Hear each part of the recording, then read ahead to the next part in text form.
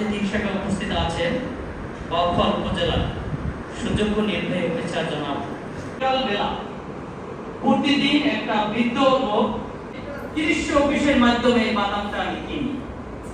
আমি একটু চিন্তা করে বাদামটা দিল, কেন দিল? বিক্রি দেওয়ার জন্য হবে। এই পিসটা আপনার কিনতে হইলে টাকা লাগতো না, এই শার্টটা আপনার কিনতে হইলে টাকা লাগতো না। নাজির খালেক ঠিক আছে। পরবর্তী দেশ নির্ভরশীল না হয়ে যদি নিজেরা ভাবে এটা বিনিয়োগ করার চেষ্টা করব, এটা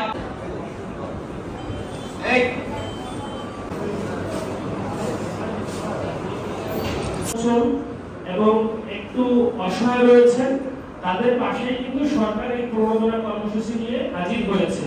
দিচ্ছি বিনামূল্যে বীজ দিচ্ছি এবং আরো যা যা করণীয় যন্ত্রপাতি থেকে শুরু করে অনেক কিছুই কিন্তু দিচ্ছি। কৃষি একটা অগ্রাধিকার খাত এবং বাংলাদেশের অর্থনীতির একটি মূল চালিকা শক্তির অন্যতম চালিকা শক্তি হচ্ছে কৃষি।